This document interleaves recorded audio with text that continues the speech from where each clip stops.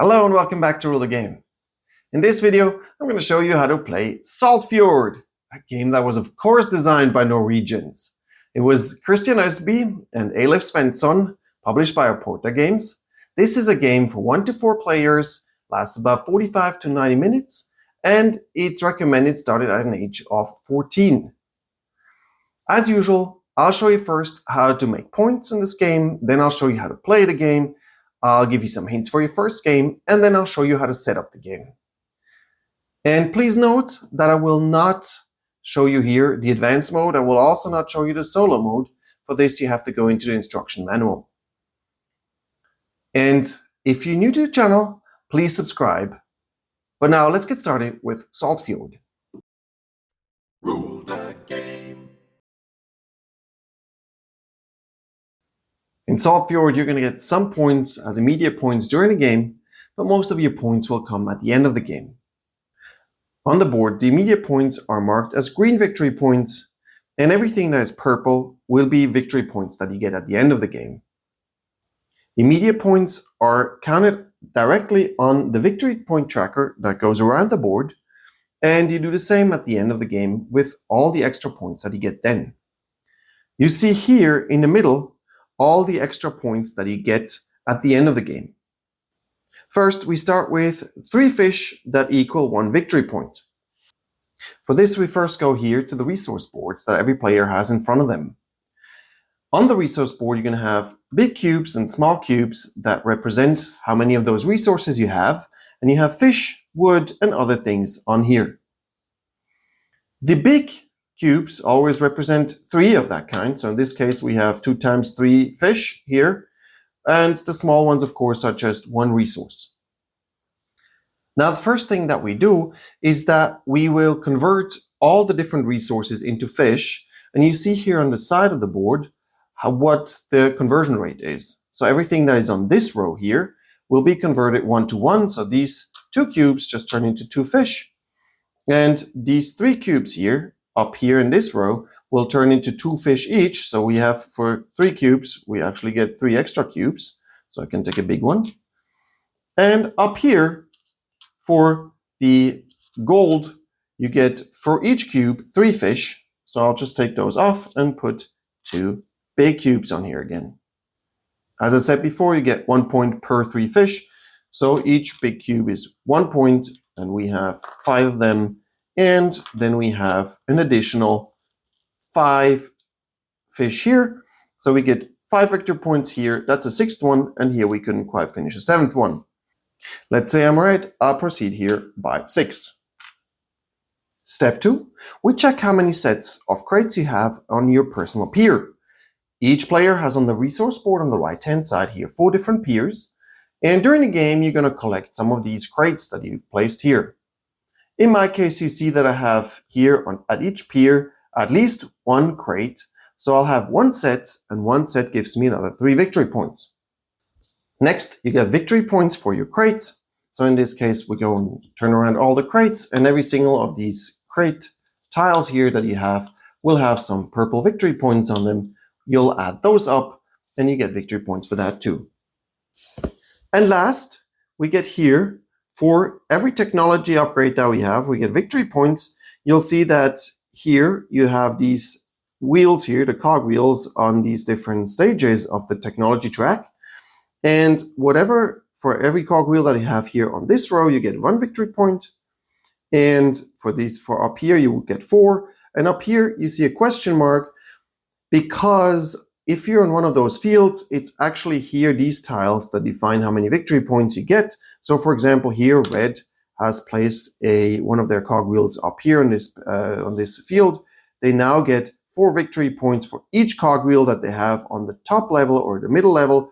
And you see here, that's just that one. So it's 4 victory points for that cogwheel.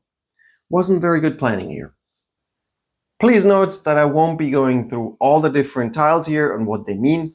For that, please go and refer to your appendix where all the tiles are explained to you. You also see here on the bottom something about wagons. That is for the advanced version of the game, and we won't cover this in this video. So you'll go through all these 4 steps, you add up all your points, and whoever has the most points wins. Or if there's a tie, It is the person who has their token here the furthest left on these different taverns at the end of the third round. Saltfjord is a turn-based game. On your turn, you can do 3 main actions and a bunch of reactions. The main actions are 1. Take a die and place it on your player board. The second one is that you can build a big building. And the third option that you have is to retire for that round. We'll go through all these options separately now. But first, let me show to you how the resource board works. On the resource board, as we said before, you're going to have these little cubes here that define how many of those resources you have. You will sometimes gain a resource during the game, then you just take a cube from the supply and place it on that specific resource. There are a few actions that you can do in this resource board, and they're all shown over here. If we go from bottom up, you'll see first, I can always downgrade a resource. I can move this cube one down here. It doesn't cost me anything. If you want to move up towards gold, then it costs you 2 fish to upgrade one of the resources. So here I would have to pay 2 of the fish to move that wood up to the planks. You can always sell your resources, and for that you see over here the value of these different resources with increasing value up to the gold, of course. So if I want to sell here the flour or the food, then I'll just take this away. I'll get 2 fish for it, and I'll put the 2 fish on here.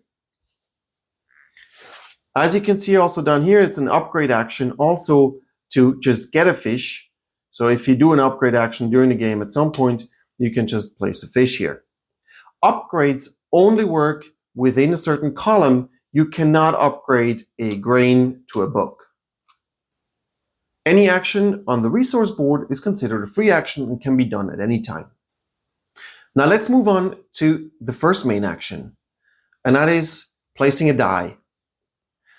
For this, you can choose any of these dies up here on this top row. You cannot choose any of these dies that are still up down here. Those will be used for round 2 and then also for round 3. You can only choose the dice that have been placed up here. Furthermore, you can only choose 3 white dice during each round and 1, 2, or 3 orange dice depending on which level of round it is. So in this case, we have round 1. Because you see there's still all the dice here in round 2 and round 3, they're still here. So we're still playing round 1. There is 1 die, 1 orange die per person in the game currently. So I've set it up for a 3-player game. The way it works with the dice is you pick up a die. Let's say we're picking up the white one here. And then you see the white 4 die is right here on this column. You start from top to bottom and you'll move your die down this column till you end up on the first yellow or red building. In this case, yellow buildings are all resource related and the red ones have to do with actions on the board. Now we end up here on a paper, so we'll take a resource, put it here, a cube, and put it on the paper. We end up on another one. We then put that on here too. You don't have to activate any of these buildings. You don't have to take the resources. Everybody will always take the resources, of course, but you will see that the red actions, they will actually cost you something, and sometimes you don't have the money to do so. Plus, what you need to know is that when a die is already on a field, if you later come with another die here on the 4, I can't do this action anymore because it's already blocked. So if I take another die for later, 4 die later, then I can only place it here, and I can take another scroll. As you can see, all the white dice, they will make you play the columns. All the orange dice will make you play the rows. So let's say we're playing now an orange die, then I will put it here on the 3 row, and I do the same thing. I go from left to right. I end up here on this building first. I will place my die right here on the paper, and then I go here to a red building. Now you see here, this building here actually has 2 different actions that you can do. You have to select one of those 2 to do right now.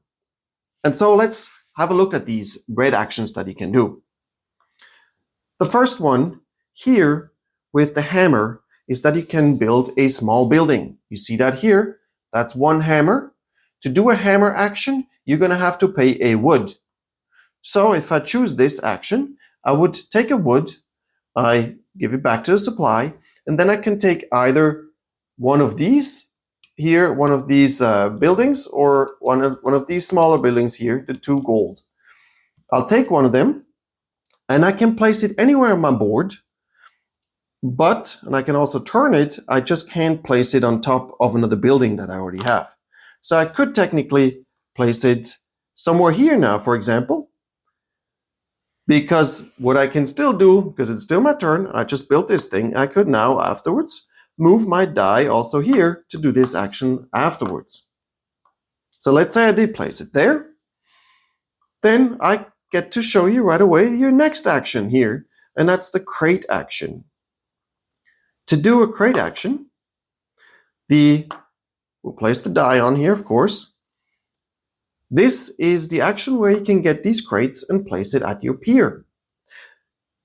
To get one of those crates here, you're going to have to pay whatever resource it says on it. So here it's a scroll, here it's 2 fish. We just got a bunch of scrolls, so I'll pay a scroll. I'll take this crate here. I'll flip it around, turn it into a crate, and now you have to remember where you took it from. So this is the upgrade action, because I will place the crate right here where the upgrade action is on my pier. We'll then flip around the next crate. As you can see, a crate always has purple victory points, so we'll count those only at the end of the game. There are 2 other actions that you can do on this board with the red buildings. You saw before, here's the cogwheel. The cogwheel stands for upgrading your technologies. Here are the different technologies that you have, and you see here are the different cogwheels available to you. Upgrading means that you will have to pay the resource that is shown here between your cogwheel and the next field.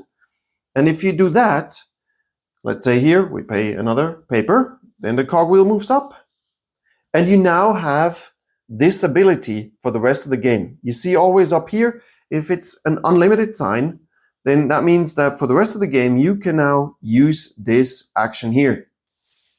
On other fields, you'll just get some more resources, or you have some other activities that you can do. If you want to find out more about this, please also refer to the appendix. And the last action on the board is here, the go fishing action. Go fishing means you'll take your boat and you move your boat to the next available field here of different fishing grounds. What you then do is you'll flip around the top token from the 1 space here, the light blue one. You get a wood here, you put that on your boat.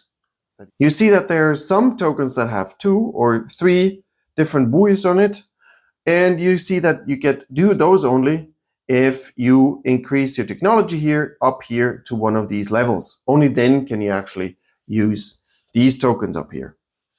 In subsequent fishing actions, you can then move up your boat, take more of these tiles, and should you get to the point where now you would actually have more tokens than there are spaces on your boat, you can decide which one of the tokens you want to keep.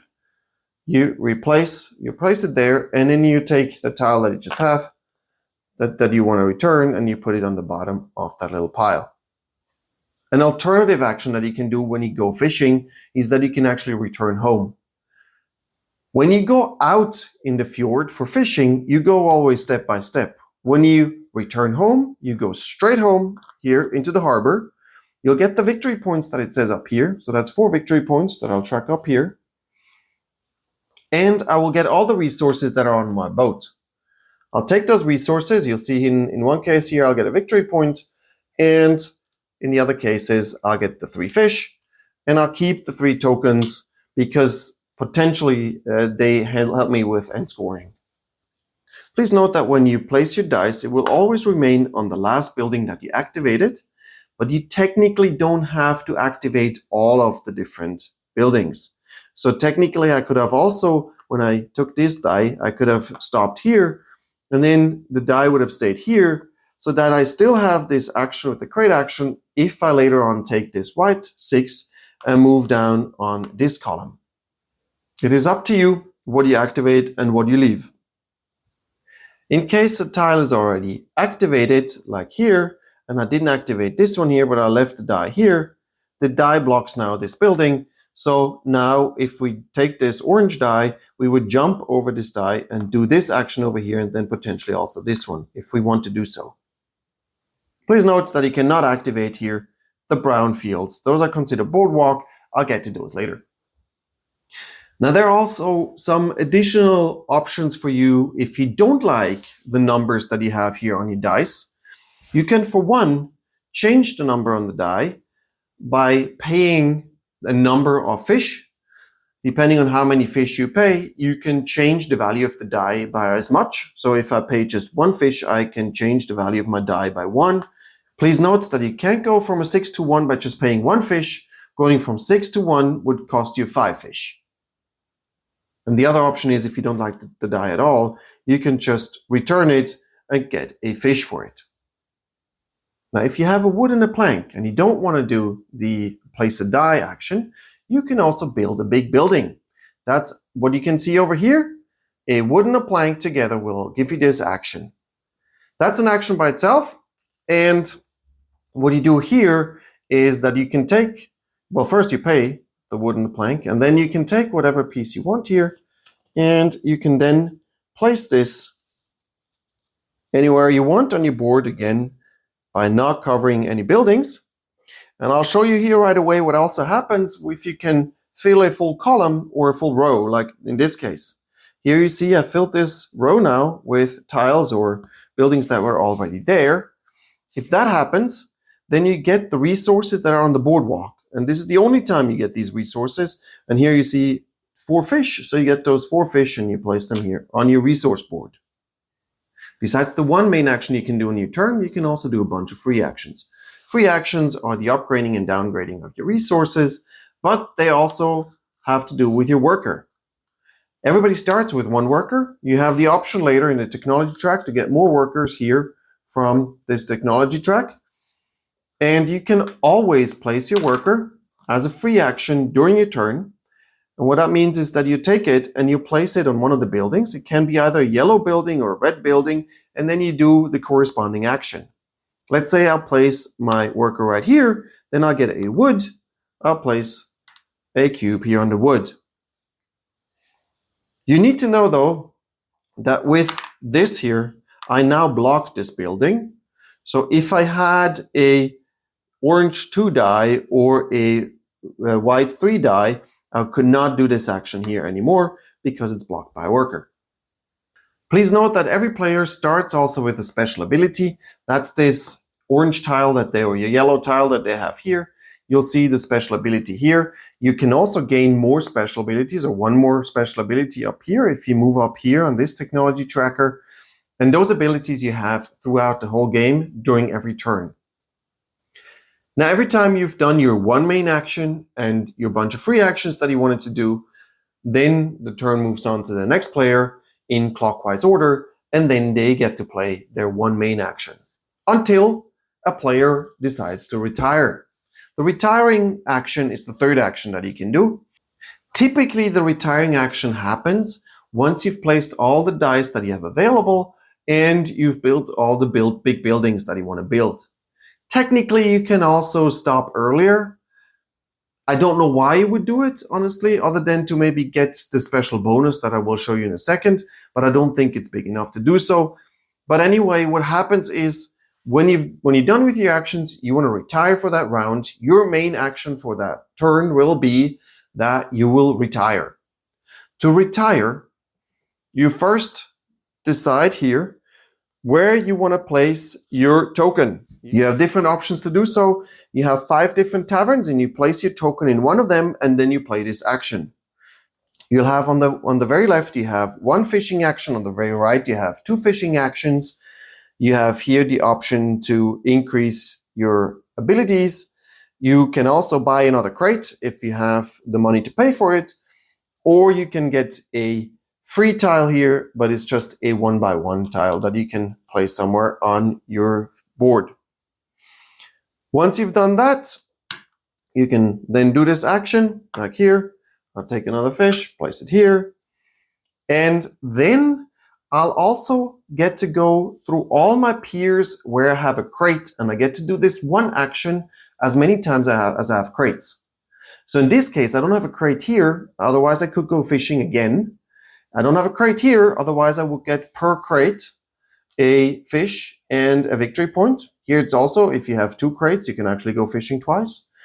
And you also always go top to bottom. Here we go and get an upgrade. I have a crate, so I can do 1 upgrade. Let's say I want to do this upgrade.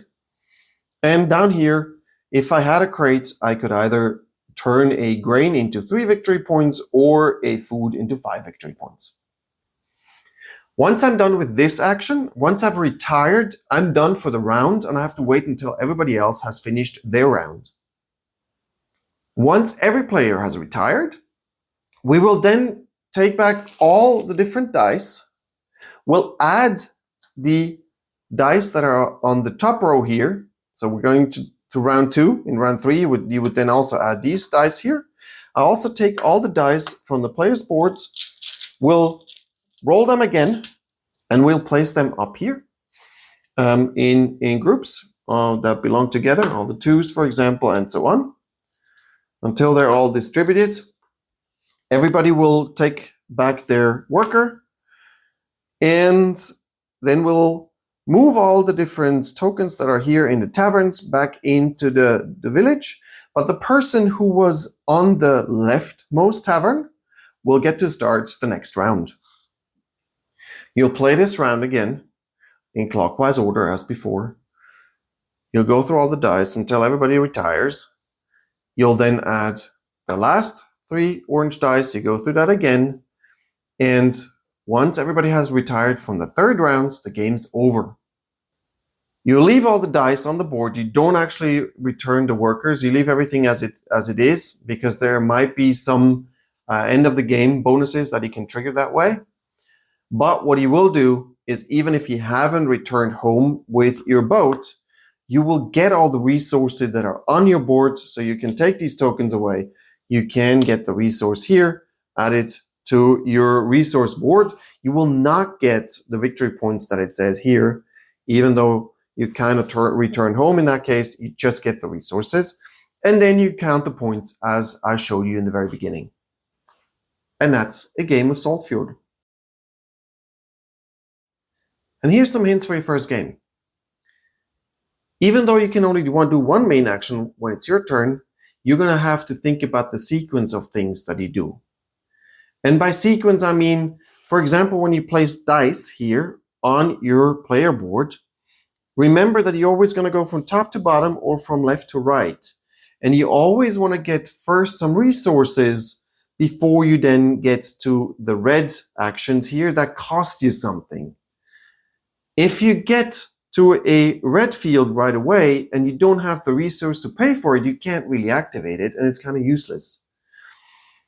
If you cannot get a resource before you end up on a red field, don't forget your workers. Your workers are very important, and that might be a reason for you to actually think ahead and start moving on the technology track very quickly here to get more workers, because if you move that cogwheel up here, you get an additional worker, or maybe even a 3rd worker that you can use to get resources that will help you to trigger more activities that you can do afterwards. The more of a chain reaction you can do, the better it is, of course. Now you need to know that the different options that you have are really well balanced. So I can't really tell you what is best to do. If you rather want to go onto the technology track and move up there to get better bonus whenever you do an action, or if you want to get crates, even though they're rather expensive, but if you do crates early, if you get crates early and place them on your pier, then you'll get to do this action when you retire later. Because as I said before, at the end of a round, when you retire, you get to do each action where you have a crate, and that might be of an advantage too. Having said that, if you go fishing, not only will you get some victory points, you'll also get some resources in fish again. You might be able to use those later. So also fish might be important. And of course you want to buy more building tiles, Because if you have more building tiles, when you place a die, you can do more actions. I don't know in which order I would recommend it to you, to be honest. I have tried different activities, different things. I usually end up getting buildings earlier so that I get to do more actions with my dice. The problem is if I get more buildings, I use my resources faster and then I run out of resources. And also if I get technology, then I use my resources to get technology rather than get buildings. So what to do? That is up to you. That's where you have to try to figure out your strategy. But as I said, it's well balanced. Don't you worry, just play and enjoy it. And that's Saltfjord. I hope you enjoyed this video, and if you did, please subscribe to my channel. And up next is the game setup section. To set up the game, you'll take the big board and place it in the middle of the table. You'll then have the different fishing tokens here in 3 different colors. You'll see that for each stage here on the Saltfjord, you have a number on different colors and different background. You place as many fishing tokens of the corresponding color on top of it. So this is the light blue, 8 of those tokens. Here is 6. And then here on the dark one, you have 2 of those only. And you do this for all the 5 different stages so that you have here the fish already distributed. Then up here on the big buildings, you see you have 7 of, or 14 actually, a total of the ones with an angle on it. And you have 6 straight ones. You'll shuffle those and you'll put them on here as so. Over here from the small buildings, you have 10 long ones and 8 little square ones. Here you shuffle those also and put them on piles like this. We'll then take the crates. You'll see 11 crates on each of those locations. You'll shuffle first all these crates. You'll then place 11 crates on each of those fields. And you'll also have 4 crates that are a little lighter compared to these. Those are the starting crates. You shuffle those also and then place one face up on each of those piles. Next, you'll take per player 1 worker for this field and 1 worker on this field. So this is a 3-player game. Each player also has a player board, a resource board, and a boat. And we'll place another worker here on each player's player board. We then also have here these purple tiles. You'll shuffle those and you'll place 1 here on the top row of the technology track.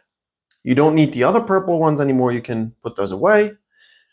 In case of the orange-yellow ones, you also shuffle those. You also place 4 up here. Those are the ones that you can get during the game.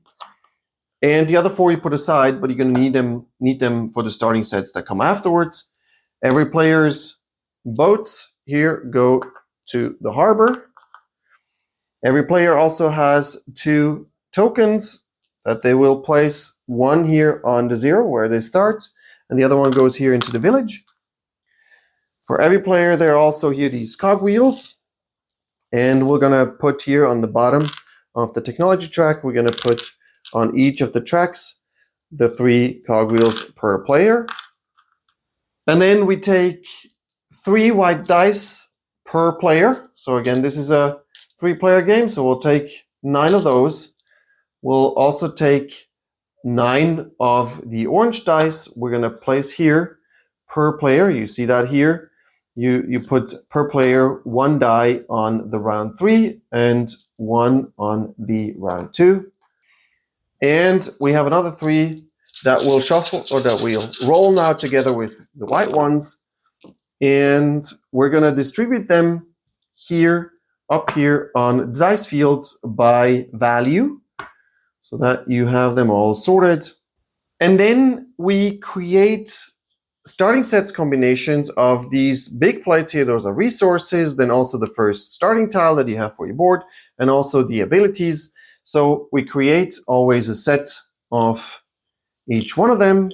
Then you define a starting player, and the player to the right of the starting player gets to choose one of the starting sets first, and it comes counterclockwise back to the starting player. And so the starting player is the last person to actually draw a starting set. the players, or each player then gets a starting set where one is an ability that they put next to themselves. That's an ability they can use for the rest of the game. They also get a starting tile that needs to go here somewhere on these 4 fields. You can place it however you want to, as long as it ends up on 2 of the 4 starting fields. And you have here a set of starting resources that you get cubes for right away. You can then put that tile away. You don't need it anymore. And now we're good to go.